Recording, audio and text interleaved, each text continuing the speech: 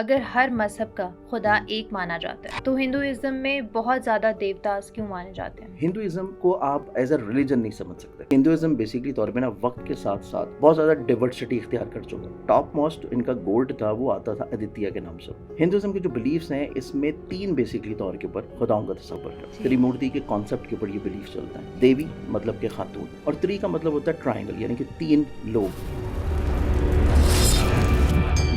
ये मूर्ति तो खुद बनाते हैं ना, तो फिर खुद बना के ही उस मूर्ति को क्यों पूज रहे होते हैं? इंडियन बिलीफ्स को देखेंगे तो वो इसको फिर एज अ सिंबल ही मानते हैं। हिंदुइज्म में आप देखेंगे कि नेचर को भी बहुत ज्यादा जो है वो पूजा जा रहा होता है। फिर वो जानवरों को भी काउंट करते हैं। तुलसी का पौधा जो है वो हिंदुइज्म में बहुत ज्यादा इंपॉर्टेंट है।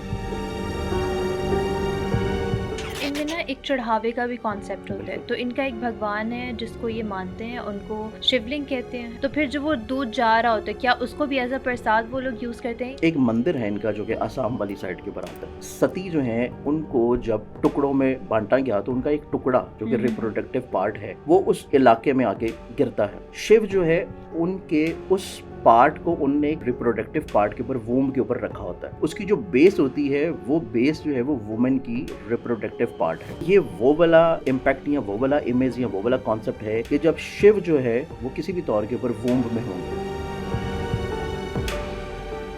एक मेला लगता है पूरे साल के बाद। उस मेले का आई थिंक नाम है कुछ अंबुबाची मेला। जादू टूने करने वाले लोग हैं जो तांत्रिक करते हैं, जो इस तरह की चीजें कर रहे होते हैं, वो उस मेले में लाजमी तौर पे शामिल होते हैं। सती का जो रिप्रोडक्टिव पार्ट है वहाँ पे रेड कलर का ब्लड या पानी जो है वो बहाया जाता है। तो इनके कॉन्सेप्ट में जो वुमेन साइकिल के वो जो 3 दिन है वहाँ से वो खून जो है वो बह रहा होता है और उसको वो नीचे एक कपड़े की शक्ल में इकट्ठा करते हैं कि उस कपड़े में ये गिरता चला जाए। उस कपड़े को फिर वहाँ पे काट के तबरक के तौर पर बांट रहे होते हैं।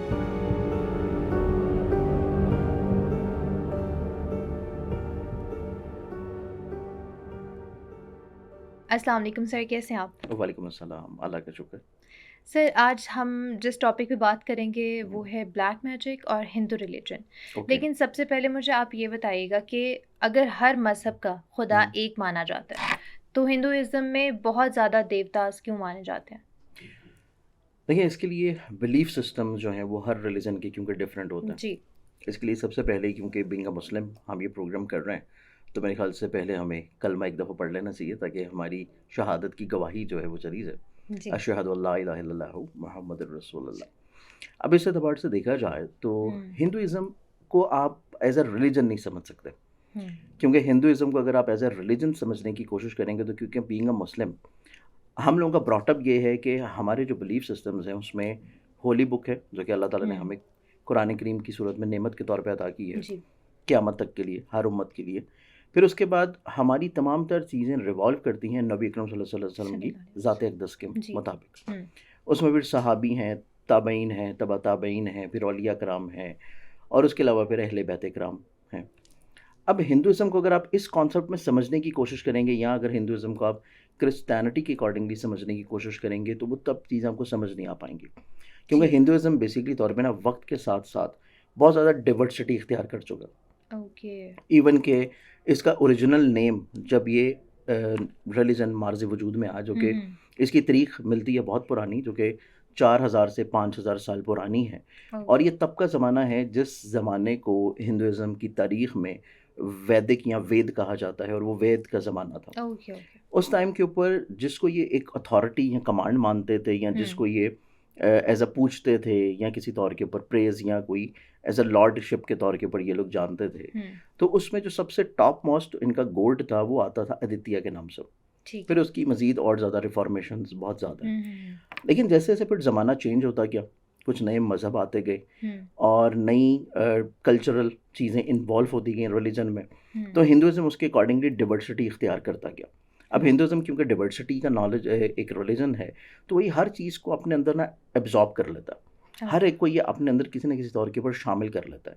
इवन के जैसे कि आपका मेन कॉन्सेप्ट है कि हर रिलीजन में एक ही खुदा को माना जाता है, या अगर खुदा को एक माना जा रहा है तो जैसे क्रिश्चियनिटी है तो वो हज़रत ईसा अलैहिस्सलाम को खुदा का बेटा करार दे रहे होते हैं, क्योंकि मुसलमानों में इस चीज़ का रद्द आता है। इसी तरह हिंदुइज्म में देखा जाए तो हिंदुइज्म के जो बिलीफ्स आते हैं उसकी बुनियादी जो बेसिक्स आती हैं पुराने वेद के ज़माने से हट के, जो भी मॉडर्निज्म का एक हिंदुइज्म है। हिंदुइज्म के जो बिलीफ्स हैं इसमें 3 बेसिकली तौर के ऊपर खुदाओं का तसव्वुर है, ठीक है। जिसको आप त्रिमूर्ति कह सकते हैं। ठीक। त्रिमूर्ति के कॉन्सेप्ट के ऊपर ये बिलीफ चलता है। अब ओके। त्रिमूर्ति के कॉन्सेप्ट के अकॉर्डिंगली इस बिलीफ सिस्टम को अगर हम देखें तो उसके कंपैरेटिवली फिर एक और कॉन्सेप्ट आता है और वो आता है त्रिदेवी के नाम से। ओके। देवी मतलब के खातून, हम्म। देवी से रिप्रेजेंट होती है, और त्रि का मतलब होता है ट्राइंगल, यानी कि 3 लोग। ठीक है। अब इसी तरह मूर्ति का कॉन्सेप्ट होगा तो वो 3 अफराद होंगे ओके। जो कि मेल फॉर्म में है। थ्री इसी तरह मूर्ति, जब थ्री देवी एंड बस ये 3 ही कॉन्सेप्ट हैं। ओके। अब इसी कॉन्सेप्ट्स की आगे फिर रिफॉर्मेशंस आती हैं। ठीक है। लेकिन हिंदुइज्म को अगर हम लोग देखेंगे तो हिंदुइज्म का बेसिकली तौर के ऊपर जो नाम है या जो इसका अभी वक्ती तौर के ऊपर हमें नाम आता है कि हिंदूज बुलाए जाते हैं या हिंदुइज्म आता है, ये बैक आप यूँ समझ लेंगे 1980s में, बैक 80s में जब पर्शियन एम्पायर से लोग यहाँ पे माइग्रेट करके आए तो यहाँ पे बेसिकली तौर के ऊपर एक रिवर बहता था जिससे सिंधु के नाम से जाना जाता था। ठीक है। सिंधु रिवर। अब चूंकि वो पर्शियंस थे तो वो जब यहाँ पे आए तो उन्होंने उस सिंधु रिवर के कॉन्सेप्ट के अकॉर्डिंगली यहाँ पे जो रहने वाले लोग थे उनको सिंधु तो नहीं लेकिन हिंदू कहना शुरू कर दिया। ओके। अब वक्त के साथ साथ जब यहाँ पे मजीद रिफॉर्मेशंस आई, फिर ब्रिटिश इंडिया यहाँ पे आया, तो हिंदुइज्म वाला जो कॉन्सेप्ट था जो एक रिलीजियसली तौर के ऊपर पहले से मौजूद था, उन्होंने उसी वर्ड को अपने ऊपर एज अ टैग लाइन के तौर के ऊपर यूज़ किया। ओके। कि उन्होंने फिर अपनी एक अलहदा से शनाख्त और पहचान जो है उसको डिक्लाइन किया कि हमारा रिलीजन है वो एक हिंदुइज्म के ऊपर है। और वो वर्ड उन्होंने जो कि उनको पर्शियन जो ट्रेडर्स थे उन्होंने दिया था, वो वर्ड जो है वो फिर उनके रिलीजियस का नाम बन गया। बेसिकली तौर के ऊपर माजी में अगर हम देखेंगे तो इसमें बहुत ज़्यादा रिफॉर्मेशंस नज़र आती हैं। अब रिफॉर्मेशंस का ज़माना वो ज़माना भी है कि जब बुद्धिज़्म बहुत ज़्यादा फल फूल रहा था। जब बुद्धिज़्म बहुत ज़्यादा फल फूल रहा था तो किसी तौर के ऊपर हिंदुइज्म जो है उसको ये ख़तरा भी लाहक हो गया, क्योंकि लोग बहुत तेज़ी से बुद्धिस्ट या बुद्धिज़्म को जो है वो किसी तौर के ऊपर फॉलो कर रहे थे जी। तो यहाँ पे हिंदुइज्म का जो कॉन्सेप्ट था वो थोड़ा कम होना शुरू हो गया, क्योंकि ऑलरेडी यहाँ पे पहले से ही बहुत सारे खुदाओं का तस्वर चल रहा था और ये खुदा बेसिकली तौर पे इसी त्रिमूर्ति के अवतार माने जाते हैं कि बेसिकली हैं वही, लेकिन वो रूप धार के दुनिया के ऊपर आते हैं जब भी दुनिया में कोई चीज़ें इम्बैलेंस के तौर पे आती हैं। ओके। जिसके ऊपर हम आगे चल के भी बात कर सकते हैं। ठीक है।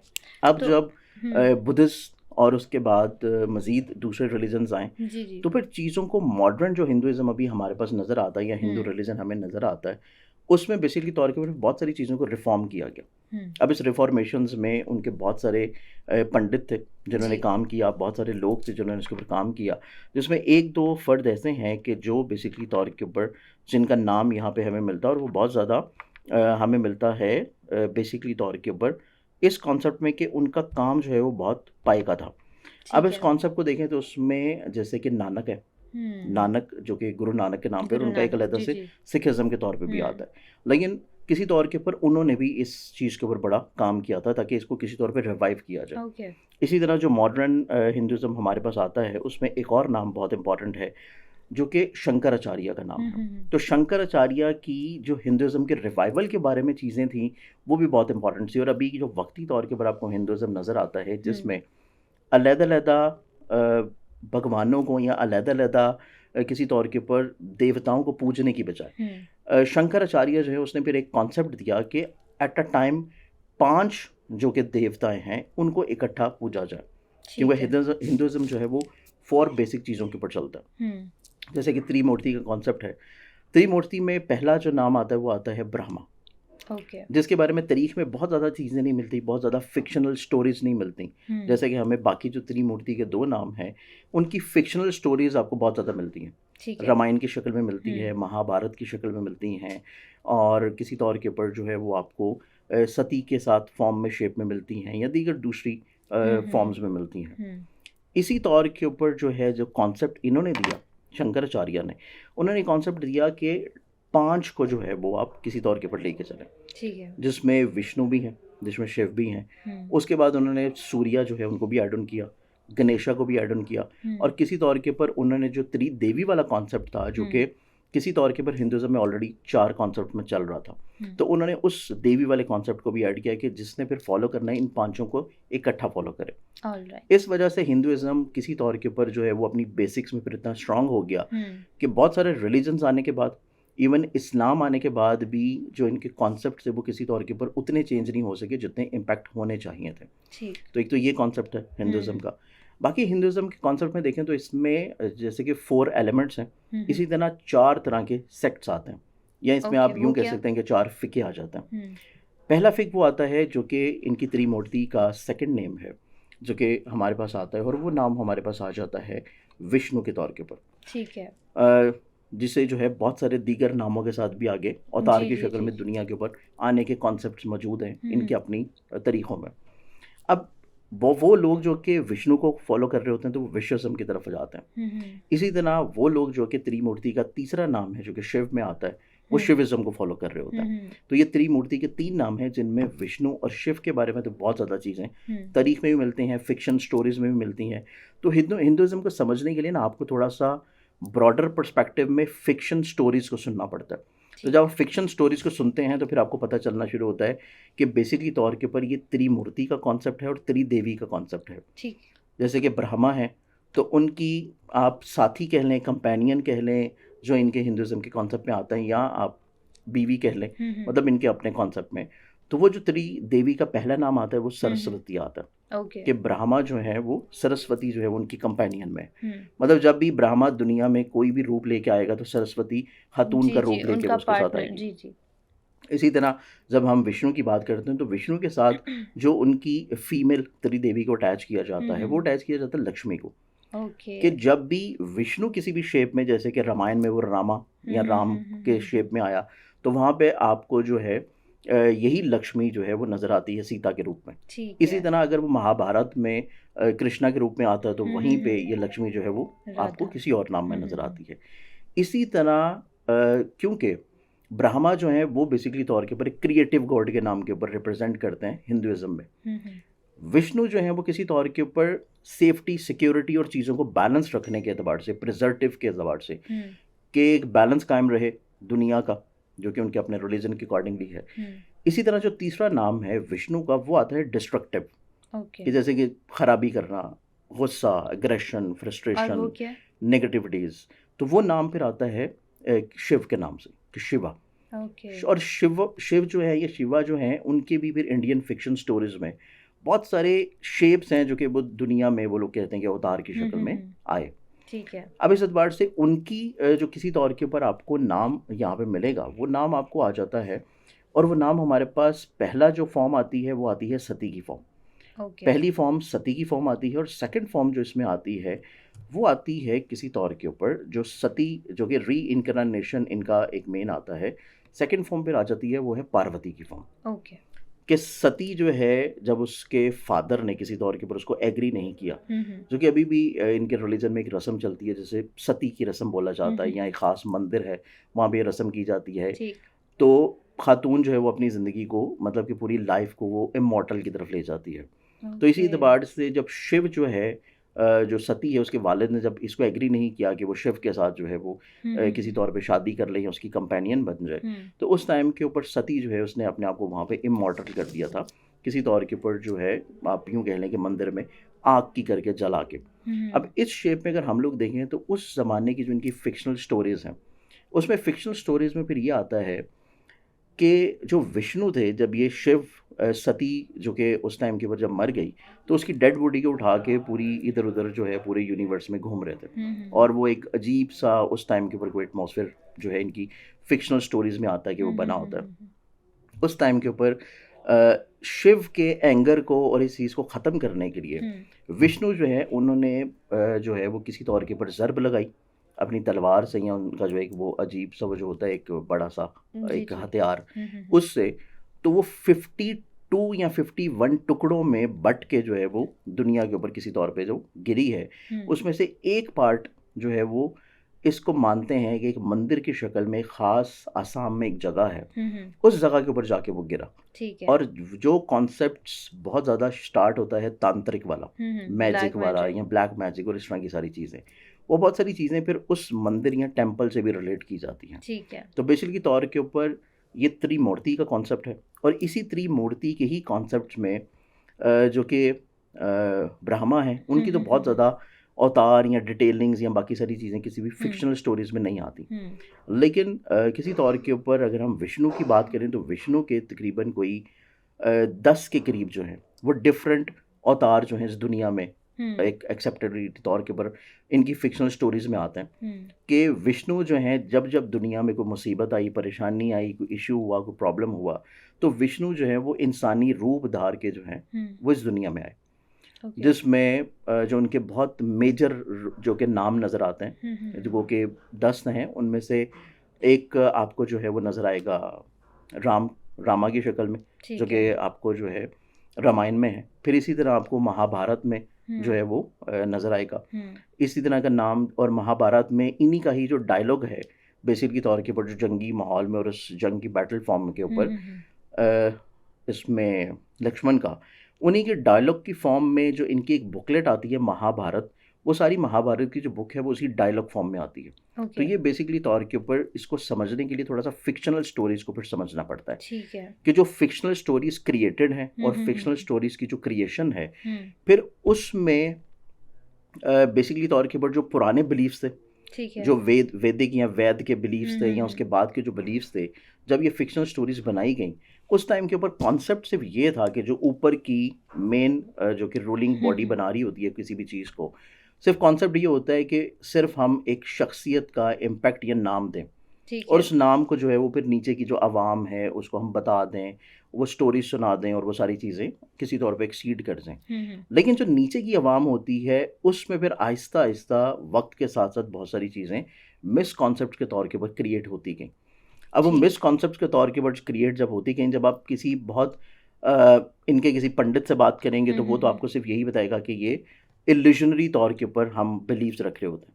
ठीक लेकिन है जो प्रैक्टिसेस चल रही होती हैं नीचे की अवामी सतह के ऊपर, वो फिजिकली तौर के ऊपर मूर्तियों की शक्ल में चल रही होती जी हैं, जी जी कि वही फिक्शनल फेसेस या वही फिक्शनल चीज़ें हाँ फिर जी मूर्तियों की शक्ल में आपको नज़र आती हैं, और जो नीचे की आवाम होती है वो हम्म फिर किसी तौर के ऊपर ये बिलीव नहीं रखती कि आप एक ऐसी जो है वो इल्यूजनरी फिक्शन या ऐसी चीज़ को दुआ कर रहे हैं या मांग रहे हैं जो कि किसी कायनात में किसी जगह एग्जिस्ट करती है। जी उनका फिर कॉन्सेप्ट ये होता है कि जो चीज़ सामने नज़र आ रही है, जो मूर्ति सामने नज़र आ रही है, वो फिर उसी से ही वो चीज़ें मांगना शुरू कर रहे होते हैं। लेकिन सर ये मूर्ति तो खुद बनाते हैं ना, तो फिर बिल्कुल खुद बना के ही उस मूर्ति को क्यों पूज रहे होते हैं? क्या वो उनका सिंबल होता है फिर या सिंबॉलिक, क्या? बेसिकली ओके तौर के ऊपर अगर आप इंडियन बिलीफ्स को देखेंगे तो वो इसको फिर एज अ सिंबल ही मानते हैं ठीक है कि बेसिकली तौर के ऊपर हम एज अ सिंबल जो है वो इसको सामने रख रहे हैं। जैसे कि फॉर एग्जांपल अगर हम कोई एक एग्जांपल ले लेते हैं जी कि कोई भी शख्स जिसकी ज़िंदगी में अगर वो किसी शख्स को याद रखना चाहता है, ठीक है किसी शख्स को वो बार बार देखना चाहता है, या वो चाहता है कि वो मेरे सामने होगा तस्वीर की शक्ल में, तो मैं इसको ज़्यादा अच्छा या ज़्यादा बेहतर देख के अपने एक्सप्रेशंस को बता पाऊंगा। तो ओके बेसिकली तौर के ऊपर कॉन्सेप्ट तो यही था जब स्टार्टिंग में ठीक इन है लोगों ने बनाया होगा मूर्तियों को, कि सिर्फ एक मूर्ति बनाई होगी कि सिर्फ इसको देख के आप उसको जहन में याद रखने। लेकिन वो कॉन्सेप्ट जब नीचे जैसे जैसे चीज़ें चेंज होती गई, ज़माने बदलते गए, चीज़ें एक्सपैंड होती गई, फिर मज़ीद दूसरे रिलीजन से भी कुछ लोग ऐड होना शुरू हो गए, दूसरे कल्चरल से भी बहुत सारी चीज़ें जब ऐड ऑन होना शुरू हो गई, तो हिंदुज़म बेसिकली तौर के ऊपर जब डाइवर्सिटी इख्तियार करता चला गया तो इसने बहुत सारी चीज़ों को फिर अडॉप्ट करना शुरू कर दिया। ऑलराइट मतलब कोई भी शख्स अगर बुद्धिज़्म से भी कन्वर्ट होकर आ रहा है तो उसको भी अडॉप्ट कर रहे हैं। कोई भी शख्स किसी भी तौर के ऊपर किसी और रिलीजन से आ रहा है, या उस पुराने ज़माने में जो उनकी अपनी यूँ समझ लें कि बुतों की पूजा की जाती थी दौर इस्लाम या जहालियत के ज़माने में, दौर इस्लाम से भी पहले, तो जब वो लोग वहाँ से इस खित्ते में आते थे वो अपने कॉन्सेप्ट्स लेके आते थे, वो अपनी अशकाल लेके आते थे, अपनी एक फिक्शनल स्टोरीज़ लेके आते थे। तो उन स्टोरीज़ को भी किसी न किसी तौर के ऊपर हिंदुइज़्म में किसी तौर पे जगह देना शुरू कर दी। ठीक है इसी वजह से हिंदुइज़्म में आप देखेंगे कि नेचर को भी बहुत ज़्यादा जो है वो पूजा जा रहा होता है। बहुत सारी जानवरों को भी जानवरों को भी पूजते हैं पूजा हाँ जा रहा है, जी तो वो नेचर में बेसिकली तौर के ऊपर फिर वो जानवरों को भी काउंट करते हैं, फिर नेचर में वो दरख्तों को भी काउंट कर लेते हैं, नेचर में जो है वो पौधों को भी काउंट करते हैं, जिसमें ठीक है तुलसी का पौधा जो है वो हिंदुइज्म में बहुत ज़्यादा इम्पॉर्टेंट है, अहमियत का हामिल है। इसी तरह नेचर में कुछ बहुत बड़े बड़े जो पहाड़ हैं जैसे हिमालय है, या इसी तरह तिब्बत के कुछ एक दो पहाड़ हैं, तो नेचर को पूजने वाले जो मामलात हैं उसमें फिर उन पहाड़ों को भी शामिल कर लिया जाता है। ठीक है तो हिंदुइज्म का जो कॉन्सेप्ट है उसमें नेचर भी आती है, उसमें जो है ये त्रिमूर्ति का कॉन्सेप्ट भी है, त्रिदेवी का कॉन्सेप्ट भी है, और फिर त्रिदेवी के अवतार भी हैं, और फिर त्रिदेव जो मूर्ति हैं उनके भी अवतार हैं। तो ऑलराइट वो बेसिकली तौर के ऊपर चीज़ों को समझने के लिए फिर आपको जो पुरानी फिक्शनल स्टोरीज हैं उनको थोड़ा सुनना और समझना पड़ता है। ठीक है अच्छा इनमें ना एक चढ़ावे का भी कॉन्सेप्ट होता है, बिल्कुल तो इनका एक भगवान है जिसको ये मानते हैं, उनको शिवलिंग कहते हैं आई गेस। तो उन पे वो बहुत ज़्यादा दूध का चढ़ावा करते हैं। बिल्कुल। तो फिर जब वो दूध जा रहा होता है, क्या उसको भी एज़ अ प्रसाद वो लोग यूज़ करते हैं या वो वेस्ट होता है? देखिए इसमें जो है ना शिवलिंग का जैसे कि आपने ज़िक्र किया, हुँ, तो हुँ। यहाँ पे मैं इसके साथ एक और चीज़ ऐड ऑन करूँगा हुँ। प्रसाद के तौर के ऊपर, जो कि गो के थोड़ा-सा मयूब चीज़ होगी हमारे अपने लिए हुँ, बीइंग अ हुँ, हुँ, मुस्लिम हुँ। उसको देखते हुए। लेकिन ऑब्वियसली हर रिलीजन की पर्सपेक्टिव डिफरेंट होता है, उनके जी, अपने कॉन्सेप्ट्स और चीज़ें डिफरेंट होती बिल्कुल है। ऐसा ही है।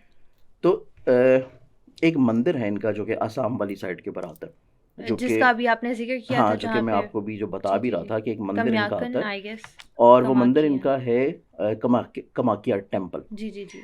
उस टेम्पल के ऊपर जो सती का एक हुँ, मैं हुँ, आपको भी हुँ। कॉन्सेप्ट बता रहा था हुँ। कि सती जो हैं उनको जब टुकड़ों में बाँटा गया तो उनका एक टुकड़ा जो कि हुँ, हुँ, हुँ। रिप्रोडक्टिव पार्ट है, हुँ, वो उस इलाके में आके गिरता है, जो कि ओके, इनकी अपनी फ़िक्शनल स्टोरीज़ के अकॉर्डिंगली है, ठीक है। कि उस इलाके में आके गिरा है और वो हुँ, रिप्रोडक्टिव पार्ट के अकॉर्डिंगली जैसे कि शिवलिंग वाला जो पार्ट है और उसके जो टेम्पल्स हैं, वो किसी तौर के ऊपर यूँ समझ लें कि उन्होंने शिव जो है, जो कि इनका त्रिमूर्ति का सेकंड हुँ, हुँ, देवता हुँ। है, शिव जो है उनके उस पार्ट को उनने एक रिप्रोडक्टिव पार्ट के ऊपर वूम्ब के ऊपर रखा होता है।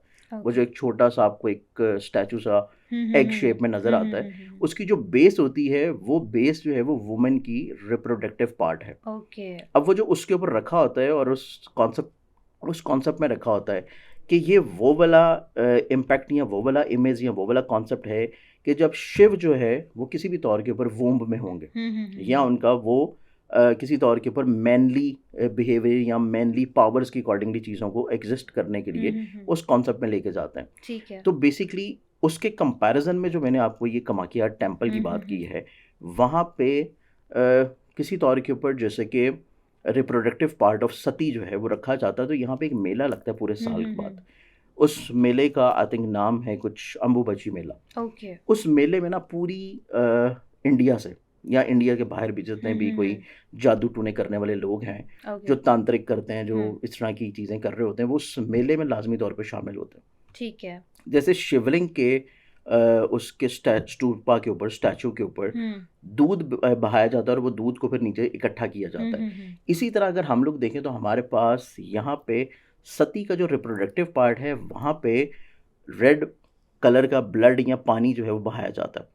ओके। और वो प्रॉपर्टी जब मेला लगता है 3 दिनों के लिए, उस आई थिंक उसमें कुछ डेज़ होते हैं जिसमें वो टेम्पल को बंद कर देता है। हुँ, हुँ, हुँ। और वहाँ पे फिर जितने बार तंत्र करने वाले लोग हैं, जितने भी इस तरह के लोग हैं जो कि जादू, ब्लैक मैजिक और इस तरह की चीज़ें कर रहे होते हैं, क्योंकि वहाँ पे जो फिर मौजूद होते हैं, वो 3 दिन के लिए जो वो चीज़ बंद कर दी जी। जाती है और कंटिन्यूअसली वहाँ से जो रेड इनके कॉन्सेप्ट में एक ब्लड आ रहा होता है, वो इसको आप यूँ कह सकते हैं, क्योंकि वर्ड तो मतलब बहुत बेहतर नहीं होगा हुँ, बात हुँ। करने के लिए, लेकिन ऑब्वियसली एक नेचुरली तौर के ऊपर अल्लाह ताला ने जो कुदरती तौर पे एक जी, जी, जी। वुमन साइकिल रखा हुँ, हुआ है, हुँ। तो इनके कॉन्सेप्ट में जो वुमन साइकिल के वो जो 3 दिन है, वहाँ से वो खून जो है वो बह रहा होता है ओके, और उसको वो नीचे एक कपड़े की शक्ल में इकट्ठा करते हैं कि उस ठीक कपड़े है। में ये गिरता चला जाए। हुँ, हुँ, हुँ। अब इसी तरह सेम वो शिवलिंग वाले जो दूध है उसको भी कलेक्ट कर रहे होते हैं। ओके। अब शिवलिंग वाला जो दूध है उसको भी एज़ अ प्रसाद किसी तौर के ऊपर फिर हुँ, हुँ, बाद में हुँ। बाँटा जाता है। ओके। इस एतबार से कि वो अफ़राद जो है वो इसको अपने पास कैरी करें या रखें या हुँ, यूज़ हुँ, करें, हुँ।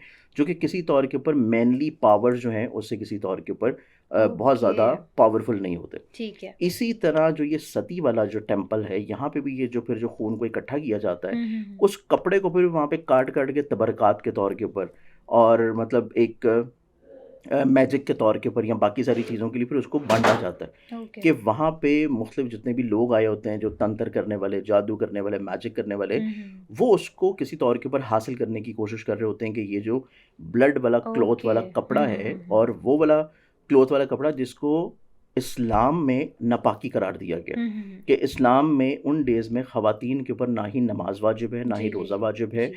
और ना ही वो अपने शौहर के लिए हलाल है। हाँ जी। तो बेसिकली तौर पे इस्लाम के बिल्कुल कॉन्सेप्ट के बरअक्स इस मंदिर में जो चीज़ हो रही है वो उस क्लॉथ को इकट्ठा करके फिर वो तबरक के तौर पे बाँट रहे होते हैं। ठीक है। तो वो जो कपड़ा यूज़ किया जाता है वो फिर किसी तौर के ऊपर 3 से 4 किस्म के डिफरेंट को तंत्र-मंत्र टाइप हुँ, हुँ, चीज़ें हुँ। होती हैं, जो किसी को कंट्रोल करने के लिए, काबू करने के लिए या फिर कोई इस तरह की इनकी जो आत्माएँ हैं और इस तरह की चीज़ें हैं, हुँ, हुँ, हुँ। ऑब्वियसली उसमें बहुत सारी चीज़ें फिर शैतानी अमल दखल भी होता है। ठीक है। क्योंकि जब एक चीज़ आप फ़ोकस्ड करके किसी चीज़ को कॉल करते चले हुँ, हुँ, जाएँगे, हुँ। तो शैतान और खुदा ये दो ही ताकतें हैं पूरी कायनात में। जी जी पॉजिटिव है, नूरी ताकत तो खुदा की है, और नेगेटिव ताकत तो वो शैतान की है। जी। तो शैतान जो है वो तो फिर आपको बहकाने के लिए हर जगह मौजूद है, और हर रिलीजन में मौजूद है, हर जगह पे वो आपको फिर आप उसको आवाज़ दें वो फ़ौरन हाजिर है आपको किसी भी तौर के ऊपर बहकाने के लिए। तो शैतान या सैटनिक फॉर्म्स जो हैं वो फिर किसी तौर के ऊपर वहाँ पे उनके लिए हाजिर हो के वो सारी चीज़ें कर रही होती है, या किसी को अपने काबू में करना है, कंट्रोल में करना है, या किसी के काम में रुकावट डालनी है, परेशानी डालनी है, कोई बीमारी डालनी है। तो ये दोनों तबरकात और ये सारी चीज़ें जो हैं वो किसी ना किसी तौर पे यूज़ की जा रही होती मतलब हैं। That's how they use black magic, इन्हीं अपने भगवान का ही नाम लेके भगवान का ही नाम लेके, क्योंकि बेसिकली तौर के ऊपर मैजिक फॉर्म्स में अगर हम लोग देखें तो इसमें तकरीबन इनके कुछ ओवरऑल 5 किस्म के कुछ ऐसे अवतार हैं डिफरेंट सबको मिला के, जिसमें विष्णु के हैं कुछ 1 या 2, शिव के हैं, फिर उसके बाद एक जो है वो इनकी देवी के हैं, जिसमें आपने बहुत ज़्यादा सुना होगा काली माता का नाम, या आपने बहुत ज़्यादा सुना होगा दुर्गा जो है वो उनका नाम, कि दुर्गा, काली माता। फिर उसके बाद एक दो और नाम है जिसमें किसी तौर के ऊपर जो है जो कि शिव के नाम हैं, या किसी तौर के ऊपर विष्णु के नाम हैं, और वो अवतार के नाम हैं। कि अगर आपने मैजिक करना है, या किसी चीज़ को आपने बांधना है, या किसी को ख़राब करना है, या परेशान करना है, तो वो मुख्तलिफ़ किस्म के फिर तांत्रिक टाइप के मंत्र वगैरह होते हैं इनके, लेकिन जो कि उस टाइम को पढ़े जाते हैं। इनमें कहा जाता है महाकाल, हाँ, तो वो क्या है? देखिए महाकाल की जब बात करेंगे ना, तो काल का मतलब होता है कि एक ख़ास वक्त, ख़ास वक्त। काल का बेसिकली जो संस्कृत वर्ड है इसका मीनिंग होता है ख़ास वक्त। महाकाल का वक्त होगा कि वो महा टाइम, कि जिस टाइम के ऊपर आप कोई भी चीज़ करेंगे तो उसका इम्पैक्ट या रिजल्ट बहुत ज़्यादा आएगा। जैसे ये लोग कुंभ के मेले का वेट करते हैं कुंभ के मेले का वेट करते हैं, फिर उसके बाद बहुत ज़्यादा मैजिक जो है वो आपको बैसाखी के करीब होता हुआ नज़र आएगा। बहुत सारा मैजिक जो है वो आपको नवरात्रि का जो एक त्यौहार होता है, नवरात्रि के त्यौहार के करीब आपको होता हुआ नजर आएगा। बहुत सारा मैजिक जो है वो आपको अमावस की रातों में होता हुआ नजर आएगा। और अमावस की रातों का भी कॉन्सेप्ट लोगों को थोड़ा सा लग रहा होता है कि बहुत मुश्किल वर्ड है और इस तरह की चीज़ें। बेसिकली अमावस का टाइम वो टाइम होता है कि जब आपको आसमान के ऊपर चांद नजर ना आए। जी बिल्कुल चांद की आखिरी डेज होंगे कि जब चांद नजर नहीं आ रहा होगा, नया चांद बनने से पहले के 1-2 दिन, वो बेसिकली अमावस की रात होती है कि जिस टाइम के ऊपर आपको आसमान पे चांद नज़र नहीं आ रहा। तो अमावस की रातों में बहुत सारी ऐसी चीज़ें की जाती हैं, फिर नवरात्रि के करीब की जाती हैं। फिर इसी तरह के एक और टाइम होता है जिसको राहु काल बोला जाता है। राहु बेसिकली तौर के ऊपर शैडो प्लैनेट है। शैडो प्लैनेटरी के टाइम में काल, जैसे कि मैंने आपको बताया कि वक्त को बोलते हैं, तो राहु काल पूरे दिन में 24 घंटे में जो प्लैनेटरी कॉम्बिनेशंस चल रहे होते हैं उसमें राहु का जो टाइम होता है वो मैजिक के तौर के ऊपर भी इसको यूज़ करता है। ठीक है। लेकिन मैजिक करने के लिए भी ऑब्वियसली आपको सबसे पहले तो अपनी पूरी दुनिया जो है वो कंप्रोमाइज़ करनी पड़ती है। ना सिर्फ दुनिया, फिर उसके बाद आपको अपनी आखिरत भी कंप्रोमाइज़ करनी पड़ती है, क्योंकि मैजिक, खराबी, परेशानी, जादू, तंत्र मंत्र आप किसी भी रिलीजन में कर रहे हो, चाहे वो क्रिस्टियनिटी है, हिंदुइज्म है, आप जो है बुद्धिज़्म में कर रहे हैं, सिखिज़्म में कर रहे हैं, इस्लाम में कर रहे हैं, जब भी आप कोई ऐसी चीज़ करेंगे जो कि फितरत के ख़िलाफ़ है, मैजिक के तौर के ऊपर है, किसी की ख़राबी के लिए है, किसी को कंट्रोल करने के लिए, किसी को मारने के लिए है, किसी को बर्बाद करने के लिए है, तो उसके लिए फिर आपको बहुत सारी चीज़ों को कंप्रोमाइज़ करना पड़ेगा, क्योंकि रिलीजन जो है, रिलीजन की बेसिक्स आपको पॉजिटिविटी की तरफ लेके आ रही होती है। रिलीजन का जो कोर कॉन्सेप्ट है वो आपको पॉजिटिविटी की तरफ लेके आना है। लेकिन उन्हीं चीज़ों को नेगेटिव वे में यूज़ करके, नेगेटिव सिनेरियो में यूज़ करते हुए फिर उस चीज़ को वो नेगेटिवली तौर के ऊपर लेके चलते हैं। जैसे कि मैंने आपको ये टेंपल का जिक्र किया जो कि कामाख्या का टेंपल है, यहाँ पे भी और इसके करीब भी कुछ इस तरह के इलाके या गांव हैं कि जहाँ पे बहुत सारी चीज़ें इस तरह की जा रही होती हैं। और ये सिर्फ मतलब कि आपको दुनिया में सिर्फ हिंदुज़म में या इंडिया में नहीं मिलेगा, ये आपको दुनिया में हर मुल्क में, हर शहर में मिल जाएगा। आपको अफ्रीकन रीजन में बहुत ज़्यादा मिलेगा, आपको इवन पाकिस्तान में देखें तो आपको बांग्लादेश में बहुत ज़्यादा मिल जाएगा। आपको बंगाल का काला जादू जो है वो मशहूर है। फिर अगर पाकिस्तान की बात करें तो आपको इंटीरियर सिंध वाली साइड पे ये बहुत ज़्यादा मिलेगा, क्योंकि इंटीरियर सिंध पे भी बहुत सारी कम्युनिटीज़ भी आबाद हैं, हिंदुज़म भी बहुत ज़्यादा है, तो वहाँ पे भी ये चीज़ बहुत ज़्यादा मिलेगी। तो इसके करने के बहुत सारे तरीके होते हैं। ऑब्वियसली आपको दुनिया भी कंप्रोमाइज़ करनी है, आखिरत भी कंप्रोमाइज़ करनी है, और फिर आप सिर्फ अगर पैसे की लालच के ऊपर किसी को करके दे रहे हैं तो आपको पता है कि मैं खुद से इंडिविजुअली तौर के ऊपर मेरी ये तमाम तर चीज़ें फिर ख़राब है, अपनी भी, फैमिली की भी, और आपके घर का सुकून भी, हर बिल्कुल चीज़ फिर ऐसा ही आपकी है। कंप्रोमाइज़, हर चीज़ आपकी बर्बाद होती है। बिल्कुल। आपको फिर ना ही दुनिया में कुछ मिल रहा होता है और ना ही हुँ, आखिरत में कुछ मिल रहा ऐसा ही होता है। है। लेकिन सर इसके अलावा जो हिंदूज़ हैं वो कहते हैं कि हमारे 7 जन्म होंगे, तो बिल्कुल। इसके पीछे का क्या कॉन्सेप्ट है? देखिए, अगर हम हिंदुइज़्म को देखें ना, तो हुँ। हिंदुइज़्म के जो कॉन्सेप्ट्स हैं रिलीजियस तौर के ऊपर, आपको मैंने बताया था कि 4 बिलीफ सिस्टम पे चल रहा जी, होता जी, है। जी, जी। अब उसमें सबसे पहले जो 4 बिलीफ सिस्टम है, उसमें सबसे पहले आपका आता है कर्मा। कर्मा मीन्स कि जो आप काम कर रहे हैं, जो आप कर्म कर रहे हैं, जो पूरी आपको ज़िंदगी मिली है, चाहे उस ज़िंदगी में आप किसी भी रिश्ते में हैं, किसी भी फेज़ में हैं, चाहे आप इंसान हैं, जानवर हैं या कुछ भी हैं, तो जो आप उस टाइम के ऊपर काम कर रहे हैं, चाहे आप नेकी कर रहे हैं, तो आपका अगला जन्म जो है वो ज़्यादा अच्छा और ज़्यादा बेहतर होगा। अगर आप किसी के लिए ख़राबी कर रहे हैं, परेशानी कर रहे हैं, तो आपका जो अगला जन्म है वो किसी तौर के ऊपर मज़ीद और ज़्यादा वर्स्ट होगा, आपको अपने कर्म का फल जो है वो मिलेगा।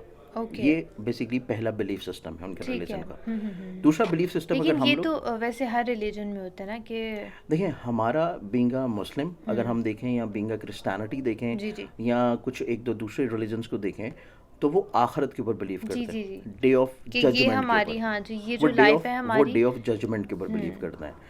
हिंदुइज्म का जो कॉन्सेप्ट है वो 7 जन्म के ऊपर बिलीव करता है कि ठीक है। आप 7 जन्म इस दुनिया में आएंगे, दोबारा से भेजे जाएंगे, और वो डिपेंड करता है कि आप पहले जन्म में हैं, दूसरे में हैं, तीसरे में हैं, चौथे में हैं, और वो आपके कर्म की बुनियाद पे होगा।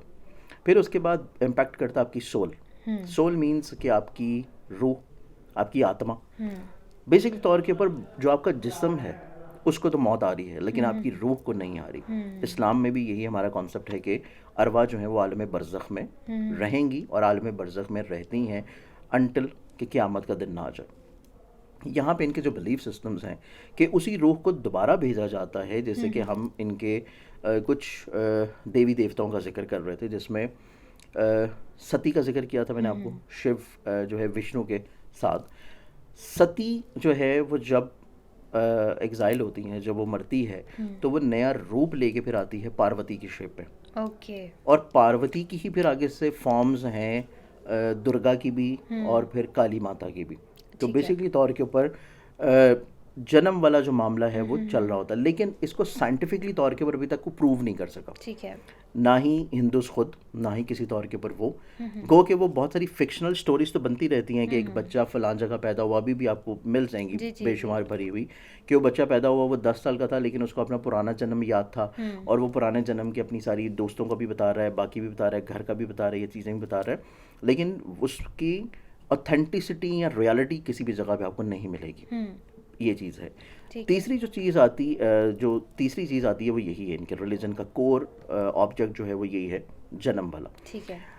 जन्म के बाद जो है वो फिर इनका मेन आता है, वो आता है फिर मुक्ति का, कि आप ये जो साइकिल है ना, ये साइकिल से आप आज़ाद तब होंगे जब आपके 7 जन्म हो जाएंगे, और इन 7 जन्मों में आपने जो है बहुत अच्छा काम किया होगा, आपने कोई भलाई का, नेकी का काम किया होगा, वो आप दूसरे तीसरे जन्म में भी अगर करते हैं तो तब भी आपको मुक्ति मिल जाती है। लेकिन अगर आप नहीं करते तो फिर ये 7 मरतबा आपको आना पड़ता है, और आप जो है वो किसी ना किसी अजियत से, कर्ब से, किसी एक्सपीरियंस से वो गुजर रहे होते हैं। ठीक है। और उसके बाद भी फिर आपने कोई अच्छा कॉन्सेप्ट या काम किया है तो मुक्ति आपको फिर तब मिलती है। ऑलराइट। तो ये कॉन्सेप्ट हिंदुइज्म के कोर बिलीव्स में आता है, जो कि 4 बिलीव्स हैं।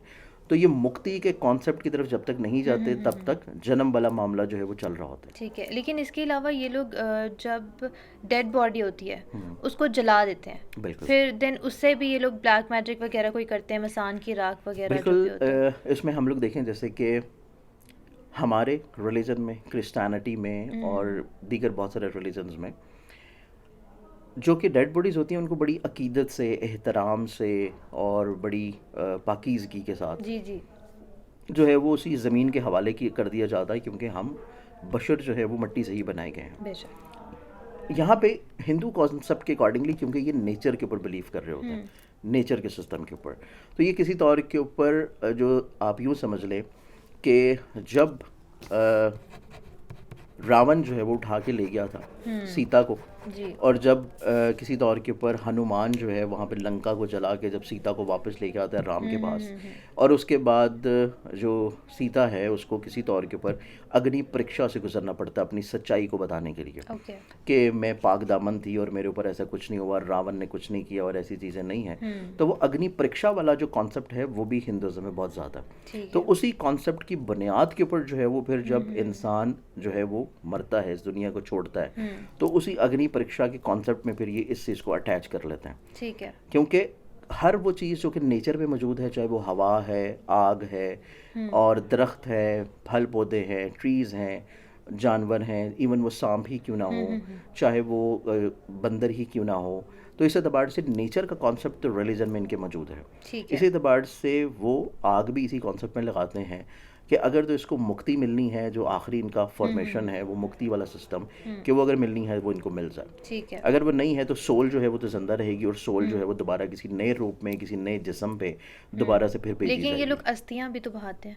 अस्थियाँ भी इसी कॉन्सेप्ट में बाहर होते हैं कि किसी तौर के ऊपर जो हड्डियाँ हैं जिनको इकट्ठा किया जाता है फिर उसमें, और उन हड्डियों को किसी तौर के ऊपर जो कि इनका एक पवित्र कह लें, जिसको ये बहुत ज़्यादा मानते हैं, जो कि रिवर गंगा है, जी जी। और रिवर गंगा के किसी तौर के ऊपर उसको हवाले कर देते हैं। अगर वो किसी जगह पे नहीं है तो फिर ऑब्वियसली समुंदर में या किसी ऐसी जो कि इनकी मोतबर बहुत ज़्यादा रिवर्स होते हैं वहाँ पे इसको हवाले करते हैं। तो वो कॉन्सेप्ट भी ये होता है कि इसको नेचर के हवाले कर दिया गया। ठीक। और फिर उसमें मज़ीद ये चीज़ होती है कि जो आपकी हड्डियाँ होती हैं, डेड बॉडीज़ की हड्डियाँ, ये जादू में बहुत ज़्यादा इस्तेमाल होती हैं। फिर डेड बॉडीज़ का फ्लैश जो मीट होता है वो भी जादू में बहुत ज़्यादा यूज़ होता है। फिर डेड बॉडीज़ का अगर फ्लैश मीट किसी तौर के ऊपर नहीं बचा तो उसकी जो राख बच गई है वो भी जादू में, ख़राबी में, परेशानी में बहुत ज़्यादा यूज़ होता है। इसके लिए आपने बहुत सारे सुने होंगे अमाल या इस तरह की कोई चीज़ें कि जिसमें यहाँ पे भी इवन आपको बहुत जो है वो रूरल एरियाज़ में या इंटीरियर सिंध में जो कि गोट के इलाके हैं, जो कि गांव के इलाके हैं, वहाँ पे कोई ऐसा एक आधा वाक़या सुनने को मिल जाता है, जैसे कि कब्रों से खोद के मुर्दे निकाल दिए और उनको जो है वो आप पका के खा रहे हैं और नाउज़ुबिल्लाह कुछ ऐसी हरकत कर रहे हैं। तो यही बिलीफ सिस्टम यहाँ पे भी कुछ करने वाले लोग तो मौजूद होते हैं। आपके पास कोई इस तरह का केस आया था? देखिए, इस तरह के केसेस हम देखें तो माजी में आपको ख़बरों में मिल देंगे, आपको ख़बरों में भी देखने को मिल जाते हैं, न्यूज़ में मिल जाते हैं। इसमें जो लोग फिर इस तरह के काम कर रहे होते हैं ना, वो फिर नापाकी वाला मामला बहुत ज़्यादा रखते हैं। नापाकी, उसमें जो है कोई तहारत वाला चीज़ नहीं होती।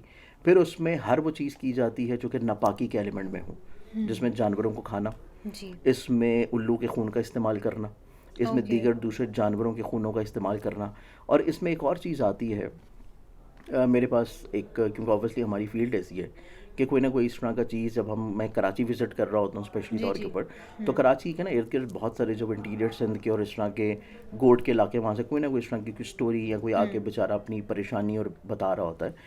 तो बहुत सारे ऐसे लोग मौजूद हैं जो कि लोगों को मैनिपुलेट कर रहे होते हैं, ख़राब कर रहे होते हैं।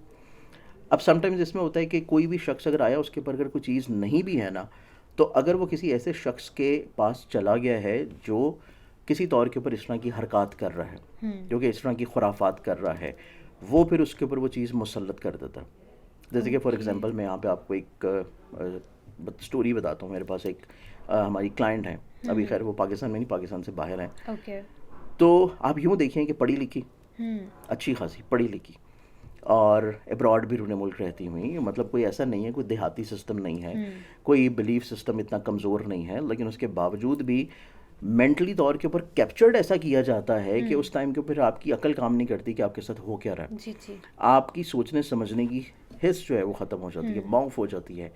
फिर आपको सिर्फ अपना जो है मादियत परस्ती नज़र आ रही होती है कि मेरा जो मकसद है ये किसी तरह हासिल हो जाए। वो मकसद आपका कुछ भी हो सकता है, वो मकसद आपका पैसा हो सकता है, वो मकसद आपका किसी अपने रिश्तेदार की जायदाद गस्ब करना हो सकता है, वो मकसद किसी पोजीशन पे पहुंचना हो सकता है, किसी को अपनी मोहब्बत में जो है वो किसी तौर पे गिरफ्तार करना होता है, या किसी हासिद को किसी तौर के ऊपर उसकी पोजीशन से हटाना होता है। तो ऑब्वियसली आप यूँ देखें कि इतनी एजुकेशन होने के बावजूद और बहुत सारी चीज़ें पता होने के बावजूद भी ज़हनी तौर के ऊपर इतना मैनिपुलेशन, आई डोंट नो कि वो कैसे हो गई हैं, कैसे कर दी कि वो उस आदमी के पास जाती हैं पूरी फैमिली के साथ, मतलब अकेले नहीं, पूरी फैमिली के साथ, और वो फैमिली के साथ जो है वो ऑब्वियसली उनके ऊपर कुछ छोटे छोटे कुछ बीमारी के मसले होंगे, कुछ नफसियाती इश्यूज़ होंगे जिनको नफसियाती तौर के ऊपर उन्होंने ट्रीट नहीं करवाया, लेकिन वो चली गई किसी इस तरह के आमिल के पास। ठीक है।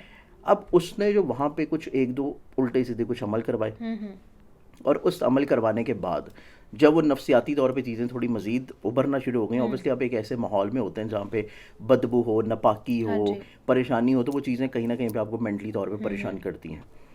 उसके बाद उसने बोला कि आप इनको घर ले जाएं और आपने इनको एक बकरा लेना है और उस बकरे को आपने लटका देना है। लटकाने के बाद उसने आपने फिर जो है उसको ज़िबा करना है। ज़िबा करके उसका जो खून फ्रेश ब्लड निकल रहा होगा, आपने इसको उस फ्रेश ब्लड के नीचे बिठा देना। मतलब आप यूँ देखिए कि एक नापाक चीज़, और उस नापाक चीज़ के नीचे आप उसको बिठा रहे हैं और आपका दिमाग फिर भी काम नहीं कर रहा कि मतलब कि मेरे ऊपर कोई चीज़ है, या मैं अगर कुछ हासिल करना चाह रहा हूँ या कुछ चीज़ करना चाह रहा हूँ, तो मैं उस नापाकी वाले अमल से क्यों गुजर रहा हूँ। तो उस टाइम के ऊपर आपकी दिमाग, आपकी सोच इस तरह मेंटली तौर पे वो कैप्चर्ड कर देते हैं कि वो खातून बाकायदा उसके नीचे बैठी, उसके घर वालों ने बाकायदा उस बकरे को ज़िबा किया, खून जो है वो गिर रहा था। अब इसमें मज़ीद एक और एडिशनल चीज़ उन्होंने मुझे फिर ये भी बताई। उन्होंने कहा जी कि उन्होंने बोला था कि घर वाले उस टाइम पे बस छुरी फेर के ना फिर निकल जाए, और उस टाइम के ऊपर आपने जो वहाँ पे बैठना है, अकेली हो वहाँ पे, अकेली हो, और फिर आपने विदाउट क्लोथ्स बैठना है। Oh my God. मतलब ये मज़ीद और ज़्यादा चीज़ देखें कि आप एक गैर शरई तौर के ऊपर चीज़ कर रहे हैं और इतने वस्त चीज़ों में जाके कर रहे हैं, तो ऑब्वियसली शैतान तो हर जगह मौजूद है, तो शैतान तो मज़ीद आपको बहकाने के लिए हर जगह मौजूद है और आपको वहम वसवसे देने के लिए, और फिर शैतानी तौर के ऊपर चीज़ें आपके ऊपर मुसल्लत करने के लिए तो वो मौजूद है। उसके चेले भी हैं, वो खुद भी है। उसके बाद जो फिर उनकी कैफियत हुई है ना, वो कैफियत से उनको निकलने में कुछ 7 से 8 साल लगे। ओह माय कि गॉड। उस शख्स ने, जो कि उनका सिर्फ एक कुछ छोटा सा स्ट्रेस या डिप्रेशन का मसला होगा, लेकिन वो किसी ऐसे शख्स के हत्थे चढ़ गई कि जिसने उनसे ये अमल करवाया, और ये अमल करवा के उनके ऊपर ऐसी चीज़ मुसल्लत करवा दी जो कि गैर इस्लामी थी, जो कि किसी न किसी तौर के ऊपर शैतानी चीज़ थी, कोई इस तरह की चीज़ उनके ऊपर मुसल्लत करवा दी, और फिर उससे उनको निकलने में 7 से 8 साल लगे हैं। और वो निकलने के लिए जो उनको वहाँ से रिलीफ मिला है वो कुरान से मिला। तो हर चीज़ का हल कुरान में है। जी जी, हर चीज़ का, हर मसले का, हर बीमारी का, हर जादू का, हर चीज़ का तोड़ आपको कुरान में मिलता है। तो इस तरह की जो जब गैर शरई चीज़ें करते हैं तो फिर तो शैतानी चीज़ें हावी होती हैं। ऑब्वियसली जब आप एक चीज़ मुसलसल किसी जगह बैठ के करते रहेंगे, पुकारते रहेंगे, जैसे कि आपका दिल जो है वो अल्लाह की रोशनी से मुनव्वर है, हाँ जी। तो आप अकेले में बैठे तन्हाई में आप अल्लाह का विर्द करते रहेंगे, तो एक वक्त ऐसा आएगा कि आपको फिर बोलना नहीं पड़ेगा, आपके दिल से आवाज़ खुद निकलना शुरू हो ऐसा ही जाएगी। है। तो आपके ऊपर एक ऐसी रूहानियत तारी हो जाएगी कि आपके ऊपर जो है कुछ ऐसी अल्लाह के राज ख्वाब की शक्ल में, कल्बी तौर के ऊपर, सिक्स सेंस के तौर के ऊपर आपको ज़ाहिर होना शुरू हो जाएंगे, जो कि औलिया को, बुजुर्गों को होते हैं। अब इसी तरह अगर आप वही चीज़ को नेगेटिव वे में करना शुरू कर देंगे और एक ख़ास मकसद या ख़ास सोच को जहन में रखते हुए वही नेगेटिव चीज़ आप रिपीट करना शुरू कर देंगे, तो ऑब्वियसली शैतान जो है वो तो फिर हावी होगा। और शैतान जब हावी होगा तो आपको लगता है कि पता नहीं कोई हमजाद आ गया, या पता नहीं कोई ऐसी चीज़ हो गई है। तो इस तरह की बहुत सारी चीज़ें हैं जो कि हिंदुज़म में भी की जाती हैं, दूसरे मज़ाहिब में भी की जाती हैं। बल्कि हिंदुज़म के एतबार से ना मैं आपको यहाँ पे एक और चीज़ बताऊँगा कि जिसके लिए ना एक नाम है उनकी, कोई ऐसी कुछ मेरे ख्याल से आत्मा बोलने, ऑब्वियसली जो चीज़ आपको नज़र नहीं आ रही वो आत्मा ही होगी, या कोई आप शैतानी जिन बोलने, जिन्ननी बोलने स्पेशली तौर पर, क्योंकि वो फीमेल फॉर्म है। उसका नाम है पिशाचिनी। पिशाचिनी को अगर आप सर्च करते हैं तो ये भी आपको किसी न किसी तौर के ऊपर बहुत ज़्यादा हिंदुज़म में कुछ ऐसे लोग हैं जो कि वो अमल कर रहे होते हैं। ठीक है। अब इसको करने का मेरे ख्याल से उनका जो अपने बिलीफ या सिस्टम्स हैं कि आपको नापाकी में रहना पड़ता है कुछ दिन, फिर आपको गलाज़तें खानी पड़ती हैं, फिर आपको नाउज़ बिल्ला कुछ ऐसी चीज़ें करनी पड़ती हैं अपनी गलाज़तें खा खा के, जो कि किसी भी तौर के ऊपर ह्यूमैनिटी में भी जस्टिफाई नहीं है। मतलब आप मज़हब को तो छोड़ ही देना, वो ह्यूमैनिटी में भी जस्टिफाई नहीं है कि आप इस हद तक जो है एक अशरफुल मखलूक़ात होते हुए आप गिर जाएं। मतलब वो इंसानियत की भी तौहीन है कि आप ये चीज़ कर रहे हैं। वो करते हैं, और उसके करने के बाद कोई मेरे ख्याल से कोई 3-4 दिन के बाद वो खातून कोई पता नहीं हाजिर होती होगी, और फिर उसके साथ कोई बदफेली की जाती है, फिर उसके बाद मज़ीद कोई इस तरह के 10 दिन की चीज़ें की जाती हैं, और फिर उसके बाद आप उससे किसी की मौत करवा दें, किसी को कुछ करवा दें, कुछ तरह की चीज़ करवा दें, तो ये चीज़ या ये कॉन्सेप्ट भी हिंदुज़म में पाया जाता है। ओके। लेकिन एक चीज़ आप किसी भी रिलीजन में देखेंगे, कोई भी शख्स ऐसा कर रहा होगा ना, उसकी दुनिया तो ख़राब है, उसकी आखिरत भी ख़राब है, आखिरत भी। उसकी कब्र जो है वो भी उसके ऊपर बहुत भारी है। उसको कब्र में भी जो कीड़े मकोड़े, हशातुलर्स और ये तमाम तर मुर्दार जो हैं वो तैयार बैठे होंगे, आपकी कब्र खुदेगी और खुदने से पहले वो तैयार बैठे होंगे। ये वाक़यात भी आपको, क्योंकि अभी तो सोशल प्लेटफॉर्म्स और मीडिया ऑन है, आपको हर जगह चीज़ें नज़र आती हैं, तो आप इस तरह के वाक़यात नेट के ऊपर देख लें, यूट्यूब पर देख लें, आपको कुछ इस तरह के अफराद मिलेंगे जिनकी कब्र खोदी और कब्र खोदते ही वहाँ पे चीज़ें ऑलरेडी मौजूद हैं।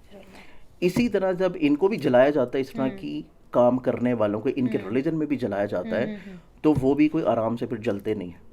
उनकी भी आप स्टोरीज़ ज़रा सुनें और स्टोरीज़ ज़रा पढ़ें, तो वो भी कोई आराम से फिर जलते नहीं हैं। हालांकि आग लगाएं तो हर चीज़ जल जाती है, राख का ढेर हो जाती है, लेकिन जिसने अपनी दुनिया भी तबाह कर दी, आखिरत भी तबाह कर दी, चाहे वो किसी रिलीजन में है, वो फिर जलता भी आसानी से नहीं है। और जलता भी आसानी से नहीं है तो उसके घर वालों को एक अलहदा परेशानी, उनको एक अलहदा अजियत, औलाद को बाकी चीज़ों को अलहदा अजियत। तो जो भी कोई शख्स इस तरह की चीज़ कर रहा होता है, चाहे वो किसी भी रिलीजन में हो, उसकी आखिरत और दुनिया दोनों तबाह होती है। बेशक ऐसा ही है। सर लास्ट पे आप कुछ ऑडियंस को मैसेज देना चाहेंगे? देखिए, मैसेज के तौर के ऊपर देखा जाए तो सबसे पहले तो ये है कि अपने ईमान की हिफाजत करें। दूसरों के रिलीजन्स को पढ़ें ज़रूर, लेकिन उस हद तक पढ़ें कि जितना आपका अपना ईमान ख़राब ना हो। अपने ईमान की मजबूती के लिए रोज़ाना डेली बेसिस के ऊपर, दजाली फितनों का दौर है और दजाली फितनों के लिए सूरह काफ जो है वो ज़रूर एक मरतबा अपने घर में चलाया करें, ताकि आपके बच्चे महफूज रहें। क्योंकि आजकल सबसे बड़ा जो मसला और अलमिया है वो हमारी नई नस्ल है, हमारी नई जो जनरेशन आ रही हैं वो हैं, उनकी सोचों की हिफाजत है, उनकी इज़्ज़तों की हिफाजत है और उनके ख़यालात की पाकी है। और वो तभी मुमकिन होगी कि जब आपके घर में कुरान चल रहा है। अगर कोई शख्स ये समझता है कि मेरे घर में कोई असरात हैं, कोई परेशानी है, कोई बदनज़री है, कोई जादू है, तो आपको कहीं किसी के पास जाने की ज़रूरत नहीं है। आपको किसी बंदे के पास जाने की ज़रूरत नहीं है, किसी को अप्रोच करने की ज़रूरत नहीं है। आपने अपने घर में सिंपली तौर के ऊपर बस सूरह बकरा चलानी है, कुरान पाक की दूसरी सूरह है। अपने घर में आपने रोज़ सूरह बकरा चलानी है और उतने दिन चलानी है जब तक आपको फ़ील ना हो कि आपके घर में बदनज़री ख़त्म हो गई है, बेरोज़गारी ख़त्म हो गई है, परेशानी ख़त्म हो गई है, और आप खुद अपने आप को लाइट ना फ़ील करना शुरू कर दें। और इसके साथ वो आपने अमल करना है जो कि इस कायनात का ज़र्रा ज़र्रा कर रहा है। वो अमल है जो कि खुदा की ज़ात खुद कर रही है, फ़रिश्ते कर रहे हैं, और वो अमल है नबी अकरम सल्लल्लाहु अलैहि वसल्लम की ज़ात अक़दस के ऊपर दरूद भेजना। आपने रोज़ाना लातादाद भेज दें, बहुत अच्छा है, लेकिन कम से कम 20 मरतबा लाजमी तौर पे नबी अकरम सल्लल्लाहु अलैहि वसल्लम की ज़ात अक़दस पे दरूद भेजें। अपने घर में सूरह बकरा चलाएं। फिर उसके बाद अपने बच्चों की ख़यालात की, उनकी ज़िंदगी की, उनकी इज़्ज़तों की, उनकी सोचों की, और अपने घर में शैतानी फितनों के ख़त्म होने के लिए हफ्ते में कम से कम 2 या 3 मरतबा सूरह काफ ज़रूर चलाएं। ये कुरानी अमल करें, फिर आपको कोई ज़रूरत नहीं है किसी के पास भी जाने की। इंशाल्लाह। Thank you so much sir for your time, और उम्मीद करती हूँ कि हमारी ऑडियंस को आज का एपिसोड काफ़ी ज़्यादा पसंद आएगा। अगले पॉडकास्ट तक के लिए मुझे दीजिए इजाज़त। अल्लाह हाफ़िज़।